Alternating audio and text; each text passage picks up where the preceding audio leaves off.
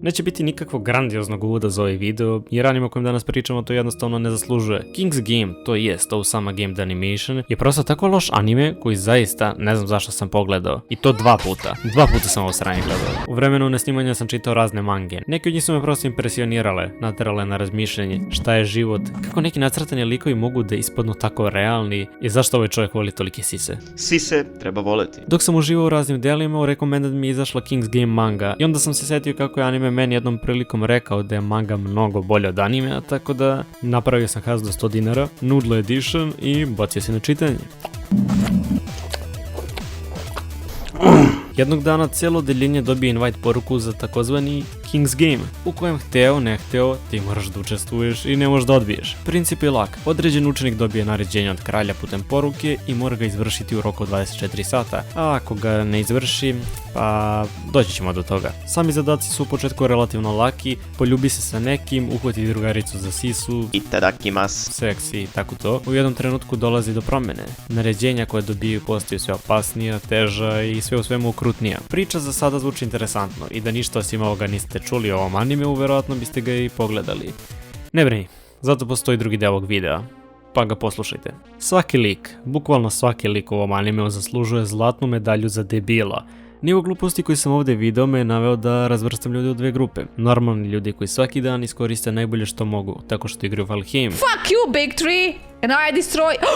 I oni drugi koji koriste TikTok. Naš protagonista Nobuaki je jedan veoma iritantan lik. Znaš ono, glavni lik u ovakvom settingu ne mora da bude neki genije, senku ili ne znam šta, ali niti je genije, niti je pa bilo što drugo.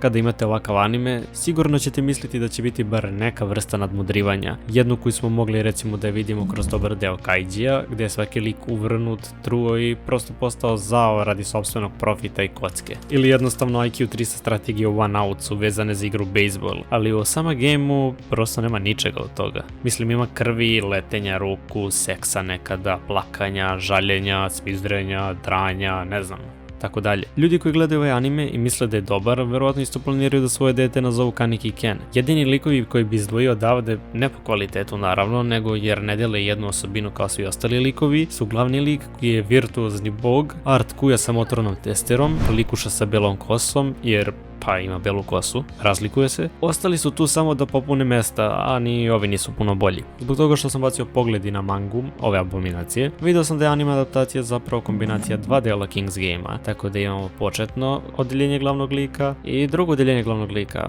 gdje se isti bullshit dešava iznova i iznova, seđe likovima ubijanjem, nerviranjem i tim stvarima. Rekao bih stvarno da je prvi deo mange malčice bolji, ali drugi ne bi preporučio ni najgorem neprijatelju, mislim ne bi ni prvi, ali kao ako bi morao da biram. Crtež nije nešto, par panela bih rekao da izgledaju sasvim solidno, dok su ostali poprilično svetli za ovako dark horror, quote and quote mystery priču. Dizajnov likova u animeu bih još rekao da su okej, jer se mogu razlikovati. O mangi sam se zbunio na par delova jer mi uopšte nije bilo jasno ko je koji lik, zašto svi izgledaju slično, a donekle se i ponašaju tako. Ukupno ima oko 60 chaptera koji su stavljeni u anime od 12 epizoda, tako da je anime poprilično skratio priču, hvala Bogu. Mislim, nije loša stvar jer što manje vremena puknete na ovo, to je bolje. A od ovog čoveka više neću da slušam preporuke, to je sigurno. Zapravo sam otkrio da postoji još jedan deo King's Game-a koji je u ovom slučaju prequel na prvu priču. Logično, gdje se deša kao originalan King's Game i kako je to sve počelo, što stvarno ne želim da čitam jer su mi ova dva dela mange bila dovoljna. Pite Boga kako je sve autor grozomorne stvari radio tek u ovom delu.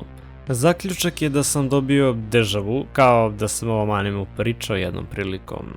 Tako da je vreme za drugi edgy anime danas, a to je King's Game, koji verujte mi, 10 puta je gori. Ovaj anime... Oh fuck. Neću vam reći baš ne gledajte ga, jer zaista mislim da bi svako trebao da ima bar jedno ovako iskustvo s animeom. Naslov stoji onakav kakav jeste, ne zbog preteranog fan servisa, ali čega već. Prosto zato što je ovo dno dna. I treba vas izbaciti iz kuće ako vam se sviđa ova stvar. Da biste se izlečili posle ovoga, najmanje rečeno čudo od animea, preporučujem vam video srpskog Shinigamija stara najmanje 3 godine u kome igra Cuphead. Mogu reći da je mene potpuno opustio, ja bih požurio na njegov kanal zato što mislim da će ovo staviti na private prvom prilikom. Ohajao svima, ovdje srpski Shinigami i dobrodošli na moj prvi gameplay. Wake up!